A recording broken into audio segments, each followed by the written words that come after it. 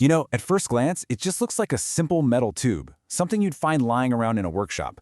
But what if I told you that this one tube held the power to destroy a 30-ton steel beast? This was a weapon that didn't just level the playing field, it completely redrew the map of the modern battlefield. Today, we're diving into the incredible story of the bazooka. So, picture this. You're a soldier in World War II. How on earth do you, one person with only what you can carry, stop a 30-ton tank that's rumbling right at you? The conventional answer, of course, would be, well, you don't. But the solution that came about wasn't about trying to overpower the tank with a bigger gun. It was about outsmarting its armor with a totally revolutionary idea. To really understand just how brilliant the solution was, we first have to grasp the sheer scale of the problem. And on the battlefields of Europe, one machine had become a terrifying symbol of unstoppable power. I mean, try to imagine it. You're huddled in a muddy trench, and suddenly the ground itself starts to shake.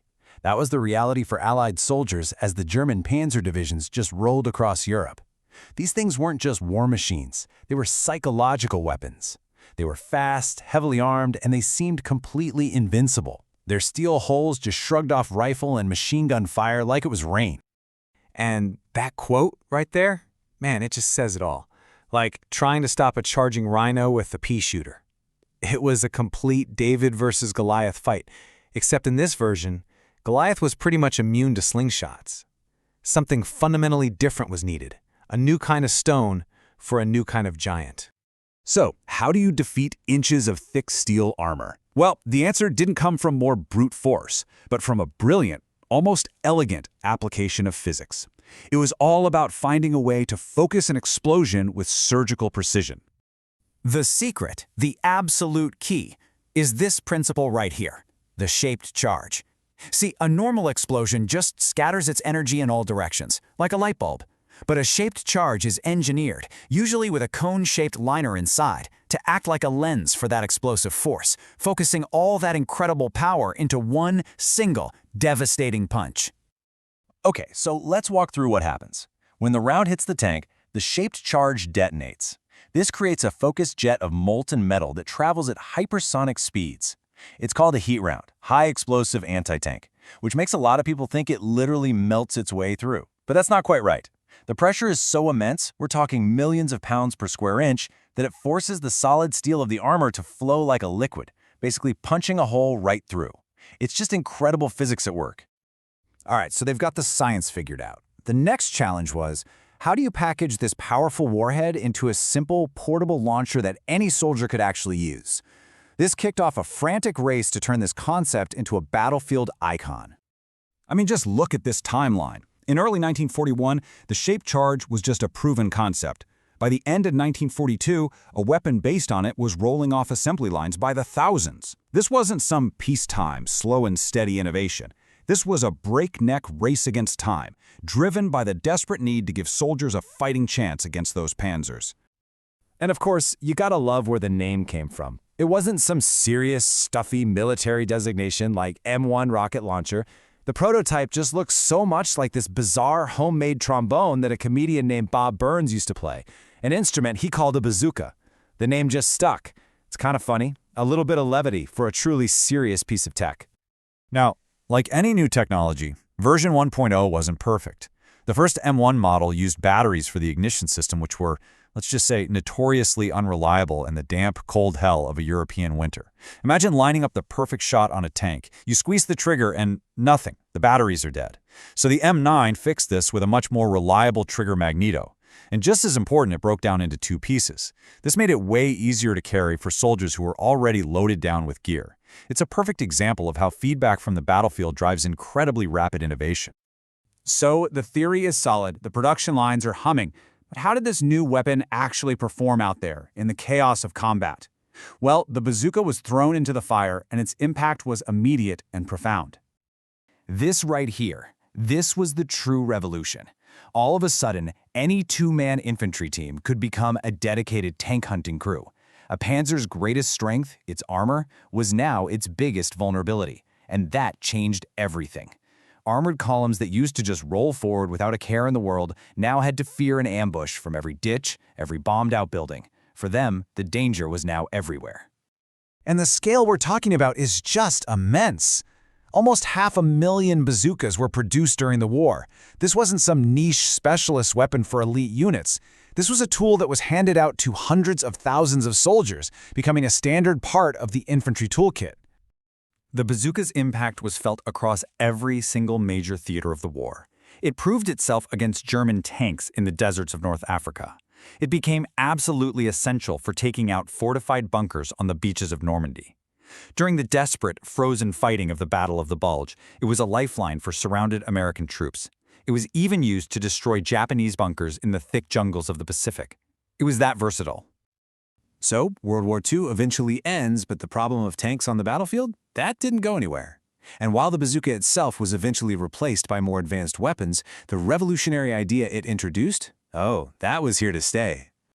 The core concept, one person, a tube on their shoulder, firing a shaped charge rocket, that became the blueprint for decades of weapons to come. You can draw a straight line from the bazooka to the Soviet RPG-7, all the way to the modern American AT-4. They all owe their existence to the fundamental design pioneered by the bazooka. It literally created an entirely new class of infantry weapon. And that brings us to one last really important thought. The bazooka was a true game changer because it gave power to the powerless. It allowed the individual to challenge the machine. So, as we look at the battlefields of today, you have to ask yourself, what technology is playing that same role? Is it the cheap, off-the-shelf drone, a secure messaging app that coordinates a defense? That's the real legacy of the bazooka. It's a reminder that sometimes the biggest revolutions come from the simplest ideas. Thanks for joining me. All right, let's dive into a piece of history that I bet you recognize instantly. We're going to pull the pin on the story of the pineapple grenade. You know the one. Its official name is the MK2 fragmentation grenade. And trust me, there's way more to its story than what you've seen in the movies. I mean, think about it. You've seen this thing everywhere, right? In countless movies, video games, old photos. That distinct grooved shape is just iconic. But have you ever stopped to think, how did this simple but incredibly deadly tool even come to be? Where did it come from? How on earth did they make so many? And what exactly made it so effective? So, to really get the full picture of the MK2, our story doesn't actually start where you'd think. We're not starting in World War II. Nope. We've got to go back further, to the brutal, muddy trenches of World War I, because that's where the whole idea of the modern hand grenade was really forged out of pure necessity. You see, the MK2 wasn't some brand new, revolutionary idea that came out of nowhere. It was more of a crucial evolution. The whole thing really started back in 1915 with the French F-1 grenade. So when the US jumped into World War I, they basically just copied that design and called it the MK1. The problem was it had a huge flaw. The fuse system was super unreliable, and that is the absolute last thing you want in a live explosive, right? So after some serious design tweaks, by 1920, they finally solved that problem. And that's when the dependable MK2 we know was officially born. So yeah, they both had that pineapple nickname, and they looked pretty similar. But the big difference, the game changer, was the fuse. Going from that complicated, faulty MK1 system to the simple, dependable fuse of the MK2, well, it changed everything. That one little improvement in reliability, that's what made it the perfect go-to grenade for the massive conflict that was just around the corner, World War II. Okay, so the US military now has this great, reliable design. Awesome. But, a great design is totally useless if you can't actually make the things. And this next part of the story, this is all about production on an absolutely incredible scale. But first, let's talk about its most famous feature, those pineapple grooves. Okay, here's a fun fact that most people get wrong. Those grooves are not for a better grip. Nope. They were designed for a much deadlier purpose, called fragmentation. The whole idea was to help that cast iron body break apart into predictable, high-velocity chunks when it exploded, basically turning the grenade's own shell into a cloud of deadly shrapnel. And the real genius of the design wasn't just how it worked, but how it was made. It was just so incredibly simple. I mean, think about it. Step 1, you cast the iron body. Step 2, you fill it with an explosive like TNT. And step 3, you just screw in the fuse assembly at the top. That's it. A simple 3-step process. And that simplicity, it was absolutely perfect for mass production. And because it was so simple to make, they could churn them out like you wouldn't believe. Which brings us to this truly staggering number. We're talking more than 50 million MK2 grenades produced during World War II. Just let that sink in. 50 million. It just goes to show you the sheer scale of that conflict and how much they needed a weapon that was simple, effective, and really, really easy to make. All right, so we've got the design history, and we've got the mind-boggling production numbers. But what did all of that actually mean for the soldiers on the ground? How was the MK2 really used out there in the field? Well, for the average infantryman, whether they were in Europe or the Pacific, the MK2 was just an absolutely essential tool. I mean, in the terrifying, chaotic, up-close and personal reality of combat, we're talking clearing buildings, storming trenches, fighting in dense jungles. This little grenade was very often the difference between life and death. Its usefulness was just incredible. It was like a multi-tool of destruction for the GI. You could use it to clear out a machine gun nest, stop an enemy charge in its tracks, or even rig it up as a booby trap. There were even special versions that could create smoke for cover. And beyond all the physical damage it could do, the pure psychological terror it created, that was a weapon all on its own. And this quote really just gets to the heart of it all, doesn't it? For the soldiers who depended on this thing with their lives, the MK2 wasn't about fancy, complex technology. It was all about one thing: absolute dependability. You pull the pin, you throw it, and it works. Every single time. And on a battlefield, that kind of trust in your equipment, it's priceless. Now, the MK2 grenade was officially phased out by the US military after the Korean War, but its story was far from over. Its iconic shape just became permanently etched into our cultural memory. It's a visual shorthand for war itself. You see it in movies, on TV, in art, and you know exactly what it is and what it represents. So when you think about it, this simple object's journey is pretty wild. It went from a French design in World War I to an American industrial icon in World War II, and finally to a lasting symbol in pop culture. Just a shell of cast iron, a fuse, and a little bit of explosive powder, but it left a legacy that reached far, far beyond the battlefield. And it kind of makes you wonder, right? What other simple, everyday objects have had their entire history completely redefined by war? Some weapons are just tools. They're just pieces of metal. But every once in a while, a weapon comes along that becomes something more. An icon. A symbol of a specific time, a specific kind of war, and a specific kind of fear. Today, we're not just looking at a piece of hardware. We're going to unpack the entire life story of one of the most terrifying infantry weapons ever made, the M2 flamethrower. All right, so here's our roadmap. We'll start with the sheer terror this thing caused, then we'll see how it was built, watch its trial by fire in the Pacific, really dig into what it was like for the soldier carrying it, and finally we'll look at its last days on the battlefield. So, before we get into the nuts and bolts, the mechanics, or the history, we have to start right here. We have to start with what made the flamethrower so infamous, the pure, primal fear that it inspired in everyone who saw it. I mean, this quote from a Marine, it says it all, doesn't it? In a war that was just filled with unbelievable horrors, the flamethrower held a special place. It wasn't just about the physical damage it could do, it was a psychological sledgehammer. It was a weapon that attacked your will to fight just as much as it attacked your body. Okay, so what are we actually talking about here? On a basic level, it's a device that shoots fire. Simple enough, but the key words on this slide are controllable stream and, importantly, thickened fuel. This wasn't just some big puff of flame. No, this was a jet of sticky, burning jelly that you could aim with horrifying accuracy. And the model that perfected this terrible idea was the M2. So, how did this weapon even come to be? Well, the M2 didn't just appear out of thin air. It was forged in the fires of combat, born out of necessity and a lot of hard-learned lessons from earlier, clunkier models. The whole idea of a person carrying fire on their back, that actually goes all the way back to the trenches of World War I with the Germans. The first American attempts, the M1 series, they were a step in the right direction, but they were, let's just say, full of problems. It was the M2, standardized 1943, that became the legendary weapon we all think of today. And this right here is why. This chart shows the critical upgrades that made the M2 a real game-changer. The old M1A1 used an electric battery to light the fuel. Now you can imagine how well a battery worked in the mud and rain of a jungle. It was a nightmare. The M2 switched to a super reliable pyrotechnic cartridge, basically like a blank shotgun shell. It also managed to shed a few pounds, which was a big deal. And maybe most importantly, it switched from regular gasoline to a thickened napalm mix.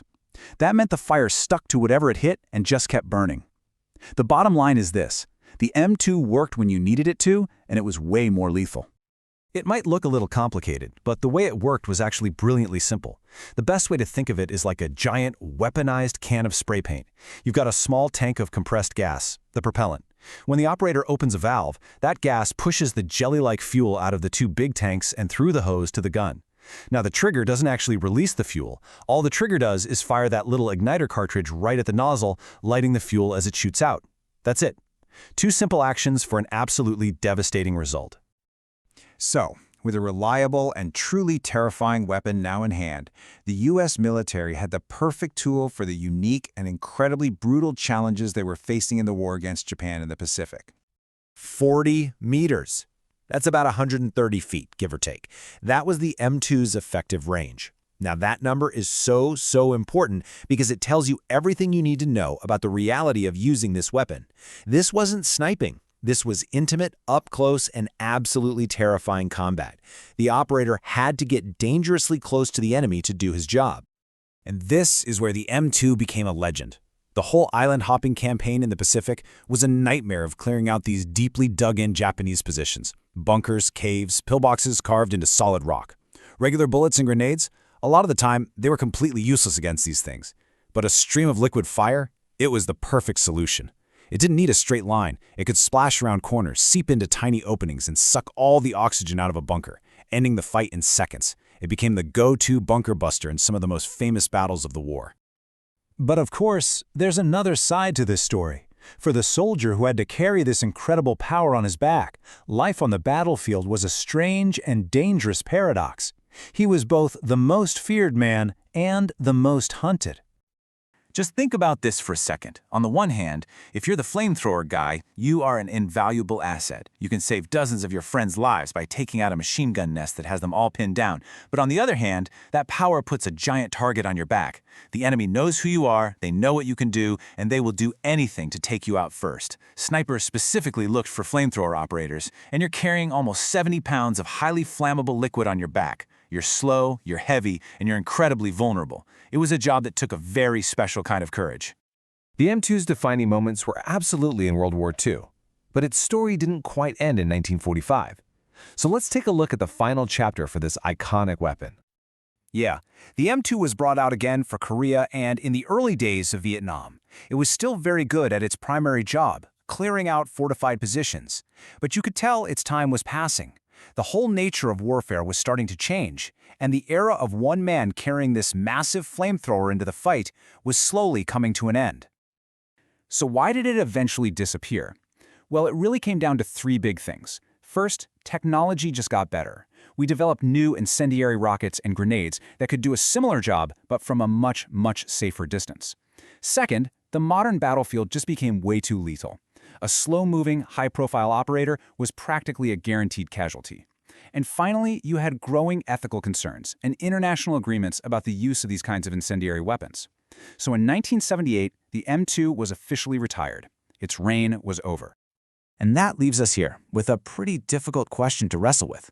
The M2 flamethrower was, without a doubt, brutally effective.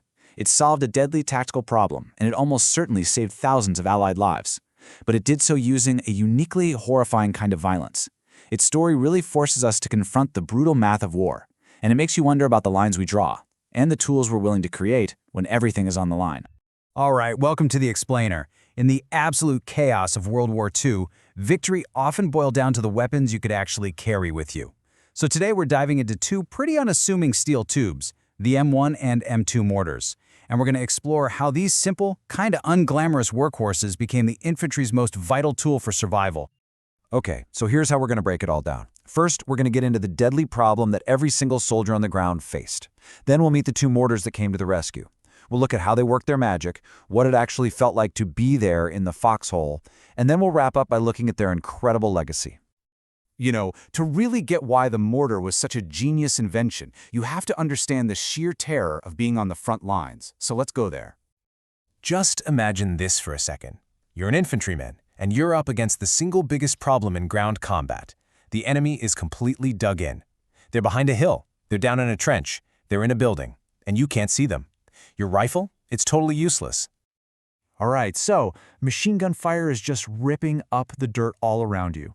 trying to move forward, trying to get around them, it's impossible. You can't see them, your weapons can't touch them, you are completely and totally stuck. And that was the core tactical problem. You needed something, and you needed it now, not some heavy artillery miles away that takes forever to call in. It had to be light enough for a few guys to carry, and crucially, it had to be able to lob a shell up and over a hill and drop it right in the enemy's lap. This was the weapon they were absolutely desperate for. And here they are. The answer to that infantryman's prayer really came in two flavors, the lighter 60mm M2 mortar and its bigger, meaner brother, the 81mm M1. So when you look at the specs here, you can immediately see the trade-off, right? The M2 was light, only about 42 pounds. A small crew could basically run with it. But the M1, well, that was a beast at 136 pounds. But all that extra weight bought you some serious firepower, a much bigger shell, and almost twice the range. And this difference really defined how they were used. Think of the M2 as the squad's pocket artillery. It was light, it was fast, and it was perfect for taking care of immediate close-up problems. The M1, on the other hand, was the company's heavy hitter. That was the sledgehammer you brought in to smash a fortified position from way back. Together, they were the perfect 1-2 punch. Okay, so we have our weapons, but how do they actually solve that fundamental problem of the enemy you can't see? Well, it all comes down to this really cool concept called indirect fire. This right here is the absolute magic of the mortar. It's not about shooting at something. It's about lobbing a shell up and over something to land on top of it. It's kind of like a quarterback throwing a perfect Hail Mary pass, except, with an explosive at the end. That high, arcing flight path is exactly what let them hit targets hiding in trenches or behind hills. And the process for firing was this beautifully simple, well-rehearsed dance. A spotter sees the target, the gunner aims the tube, the assistant preps a shell, and just drops it in. You get that distinctive thump. A good crew could do this with incredible speed, just raining down shells on a target with surprising accuracy. But beyond all the technical stuff, what did this actually mean for the soldiers on the ground? What was the human element here?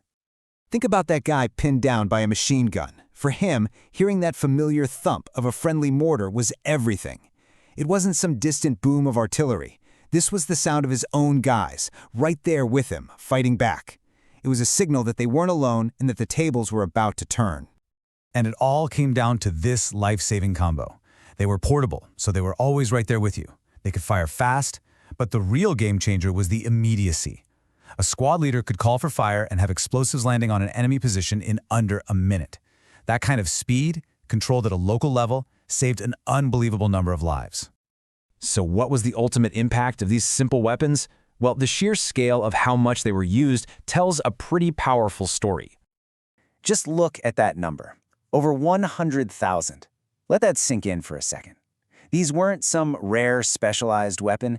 No, they were everywhere. An absolutely essential, standard-issue part of every single U.S. infantry unit in every theater of the war. So the real legacy here wasn't just about winning battles. It was about fundamentally changing how infantry fights. The M1 and M2 proved that giving small units their own portable artillery was a revolutionary, game-winning formula. And that basic idea is still a cornerstone of modern armies all over the world today. And that's a pretty powerful thought to end on, isn't it? A simple steel tube, powered by nothing more than gravity, completely changed 20th century warfare. So it makes you wonder, what simple tool, maybe something sitting in your pocket right now, is quietly shaping the unseen battlefields of tomorrow?